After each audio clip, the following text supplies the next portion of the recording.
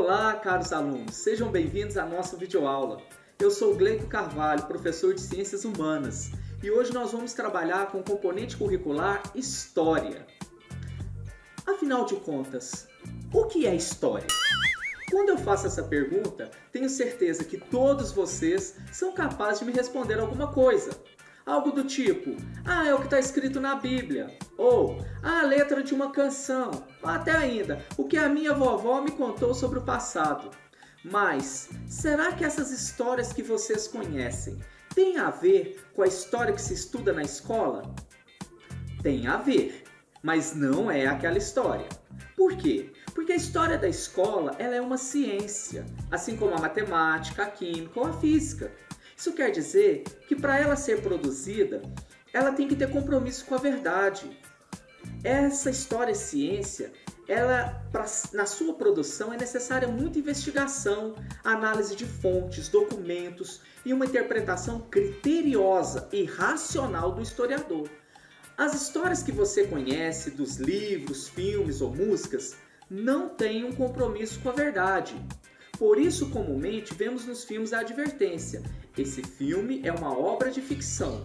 Qualquer semelhança com a realidade é mera coincidência.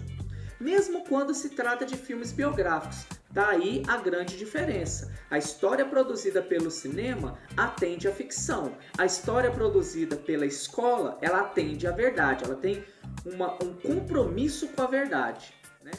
Bom, mas onde então que essa história científica ela busca suas bases?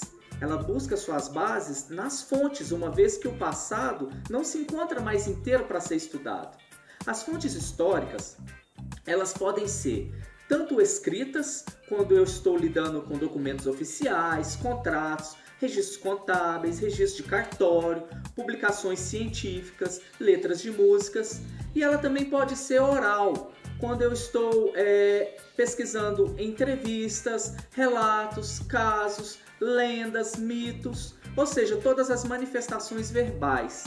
É importante saber que todos os bens móveis ou imóveis, naturais, que possuam valor significativo para uma sociedade, podendo ser estético, artístico, documental, social, espiritual ou ecológico, compõem o patrimônio histórico da sociedade. É através deles que os valores daquela sociedade são representados. Então eles devem ser protegidos, porque eles são o registro daquela sociedade. Mas, para que serve história? Essa é a pergunta fundamental. Por que eu devo estudar história? O que isso vai modificar na minha vida?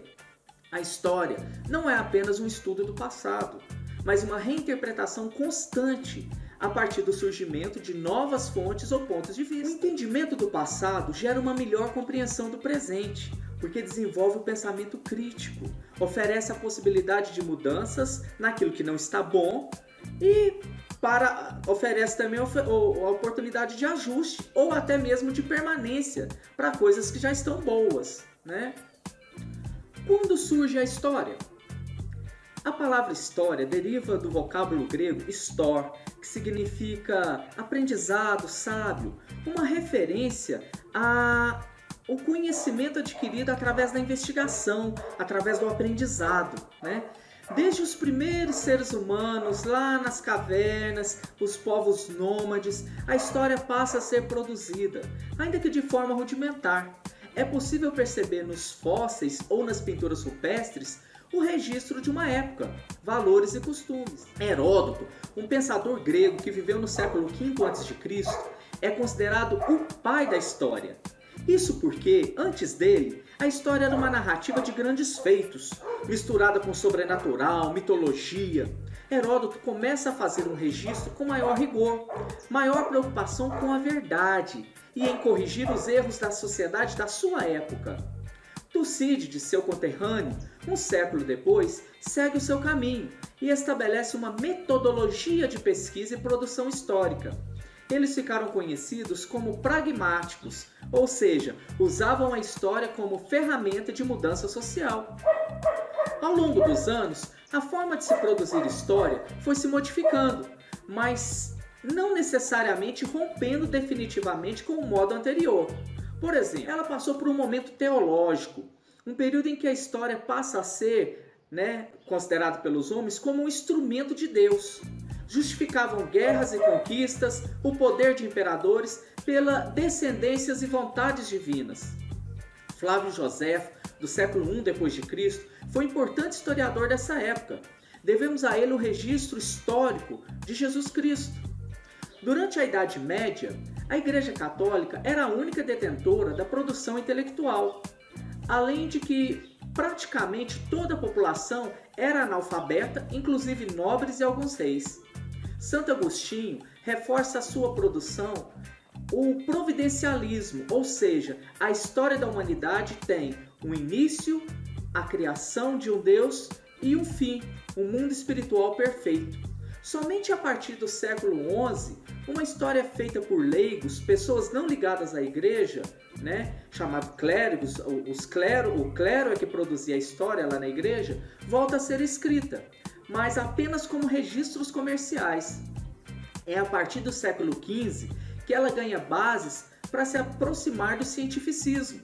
Ciências irmãs aparecem com o Renascimento, como a cronologia, a genealogia, a arqueologia, são ferramentas que vão auxiliar na produção histórica científica. Após as revoluções burguesas do século XVIII, o pensamento liberal influencia a produção histórica e busca romper com o teologismo. Ela agora passa a ser produzida seguindo os rigores científicos, com análise crítica de causa e consequência, espaço e tempo.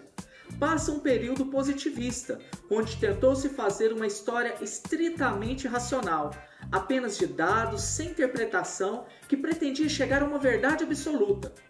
Pensadores alemães vão introduzir um modelo idealista, uma vez que acreditavam ser impossível se fazer essa história positivista, que recriasse os fatos com exatidão e sem interpretação. Para Hegel, o pensamento humano é o grande transformador da realidade.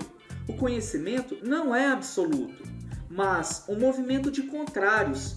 Isso recebe o nome de lei da dialética, ou seja, tese, antítese e síntese. Para ele, a história não é progressista e retilínea, mas em constante modificação, podendo ora ter momentos retroativos e ora ter momentos de avanço. Com a efetivação das sociedades burguesas e do capitalismo, os pensadores Karl Marx e Friedrich Engels vão fazer uma crítica à sociedade capitalista e apresentam as propostas para a transformação. Retomam a dialética de Hegel, mas pela perspectiva materialista, o que vai dar origem ao materialismo histórico. Para eles, não seriam as ideias que provocariam as modificações na sociedade, mas as condições materiais e as relações entre os homens. A partir do século XX, a história passa a ser estudada nas universidades, mas ainda sob um aspecto positivista. Na década de 1930, dois historiadores franceses, Marc Bloch e Lucien Febvre, vão lançar em uma revista artigos históricos que rompiam com o culto aos heróis. A ideia é que somente pessoas ilustres é que podiam fazer história. Essa forma de se fazer história ficou conhecida como a escola de análise. Para eles, o cotidiano, a arte, a psicologia social são fundamentais para a compreensão da história de um povo. Esses movimentos vão gerar ainda uma forma atual de se fazer história, chamado de nova história, onde conceitos eurocentristas são questionados e procura sempre novos objetos para pesquisa, como a história do medo no Ocidente, o papel do clima na história, chegando até a produção de temas atrativos para a televisão e internet. Ok, pessoal? Agora está na hora de um resumão, aquela hora de recordar tudo que nós vimos até aqui. Então vamos lá. O que é história? Ela é uma ciência e seu objeto de estudo é a ação do homem no tempo e no espaço. Onde surge a história? Ela surge na Grécia Antiga, com Heródoto, no século V a.C. Quais são as formas históricas de se escrever história, ou seja, a historiografia da história?